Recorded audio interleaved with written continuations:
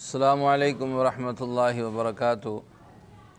नहमदु व नुसल्ली अला रसूलिल करीम, अम्मा बाद, फ़अऊज़ु बिल्लाहि मिनश्शैतानिर रजीम, बिस्मिल्लाहिर रहमानिर रहीम।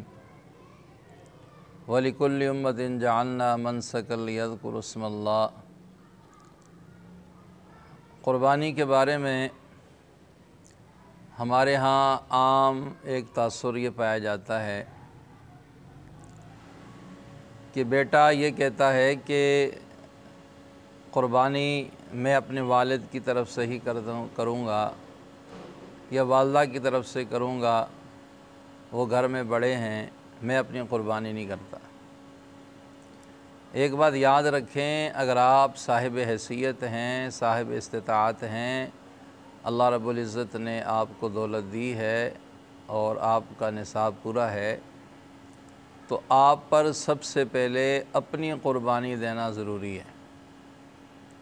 सबसे पहले आप अपनी क़ुरबानी दें, उसके बाद आपकी अगर हैसियत है, गुंजाइश है, आप साथ वालिद साहब की तरफ़ से भी कर दें, वालदा साहिबा की तरफ़ से भी कर दें, आपके दादा हैं उनकी तरफ़ से भी कर दें, जितनी चाहे कर लें, कोई पाबंदी नहीं, लेकिन अपनी क़ुरबानी करना ज़रूरी है।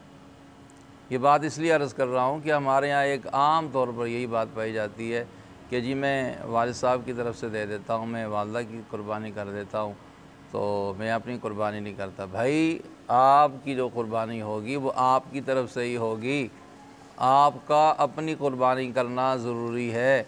बाकी आपकी तौफ़ीक है तो आप 100 क़ुरबानियाँ करें, 1000 कर लें, उस पर कोई पाबंदी नहीं। तो इसलिए इन चीज़ों में एहतियात ज़रूरी है।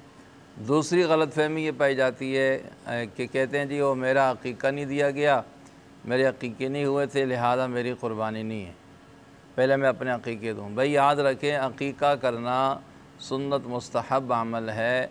अल्लाह ने अगर आपको इस्तिताअत दी है तो करें, खैर बरकत हो जाती है। अक़ीक़ा करना कोई फ़र्ज़ वाजिब नहीं है। अगर अक़ीक़ा रह भी गया, नहीं भी दिया, तो इसका ये मतलब नहीं कि अब आप पर क़ुरबानी भी नहीं है। क़ुरबानी एक मुस्तक़िल अल्लाह का हुक्म है, साहिब हैसियत लोगों पर यह वाजिब है। अल्लाह ने आपको ताक़त दी है तो आपने ये क़ुरबानी करनी है। अक़ीक़ा चाहे दिया या नहीं दिया, उसका इससे कोई लिंक नहीं, कोई ताल्लुक़ नहीं, कोई वास्ता नहीं। अल्लाह रब्बुल इज़्ज़त हम सब को दीन समझ कर अमल करने की तौफ़ीक़ अता फरमाए।